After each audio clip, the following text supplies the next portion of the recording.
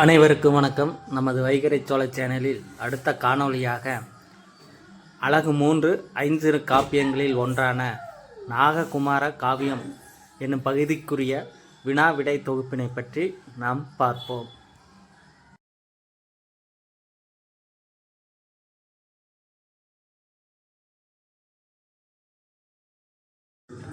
நாககுமார காவியம் days சமயத்தைச் சார்ந்தது.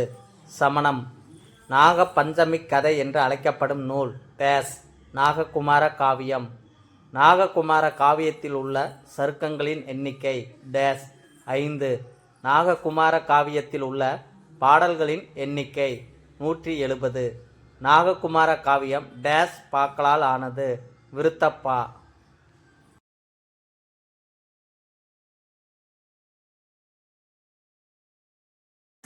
நாககுமாரனின் முற்பிறவியை பற்றி கூறும் நூல் டேஸ் நாககுமார காவியம். நாககுமார காவியத்தின் காலம் டேஸ் கிபி 12ஆம் நூற்றாண்டு. பிறவிச் சூழலிலிருந்து விடுபட்டு முக்தி பெறுவதற்கு துறவின் இன்றியமையை பற்றி பேசும் நூல் டேஸ் நாககுமார காவியம். முழுக்க முழுக்க மனத்தையும் போகத்தையும் மட்டுமே பேசும் நூல் டேஸ் நாககுமார காவியம்.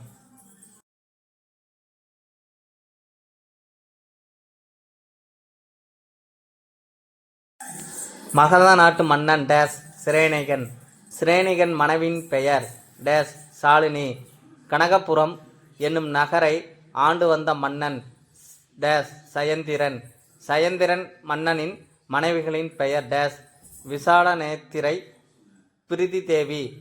சயந்திரன் மன்னனின் மகன்கள் பெயர் டேஸ் சிறிதரன், பிரதாபந்தன். சிறிதரன் விசாலநேத்திரியின் மகன், பிரதாபந்தன் பிரிதி தேவியின் மகன்.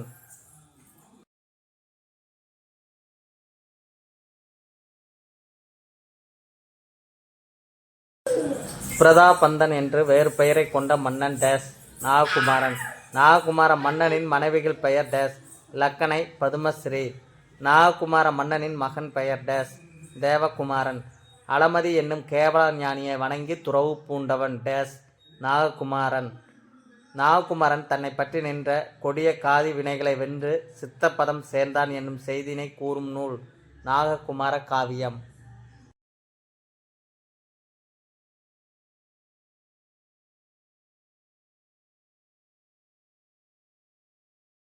சிரேனிகன் என்னும் மன்னனின் வேண்டுகோளுக்கிணங்க கதையை கூறியவர் டேஸ் கௌதம முனிவர்.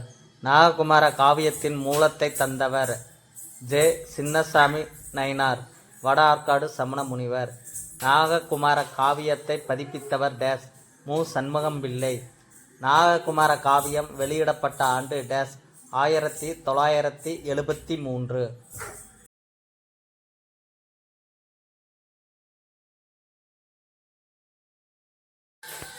தலைவன் 519 பெண்களை மணக்கிறான் என்னும் செய்தியினை கூறும் நூல் டேஸ் நாககுமார காவியம். நாக பஞ்சம் நோன்பின் சிறப்பை கூறும் நூல் நாககுமார காவியம். நாககுமார காவியத்தை சொத்தை நூல் என்று கூறியவர் மதுசா விமலானந்தம்.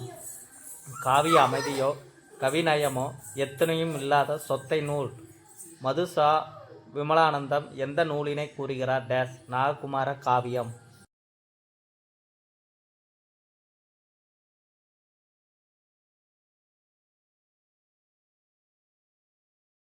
சென்னை பல்கலைக்கழக தமிழ்துறை வெளியிட்ட அச்சில் வாரா அருந்தமிழ் வரிசையில் 2வதாக வெளியிடப்பட்ட நூல் டேஸ் நாககுமார காவியம்.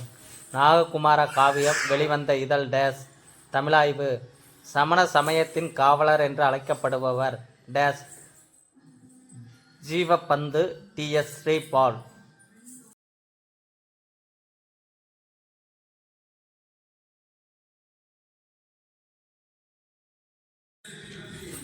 செந்தளிர் பிண்டியின் கீழ் என்னும் பாடல் வரி இடம்பெறும் நூல் டேஸ் நாககுமார காவியம். மகத நாட்டின் தலைநகர் டேஸ் ராசமாகிரி. ராசமாகிரியின் மேற்கு திசையில் அமைந்த மலை டேஸ் விபுலம் மலை.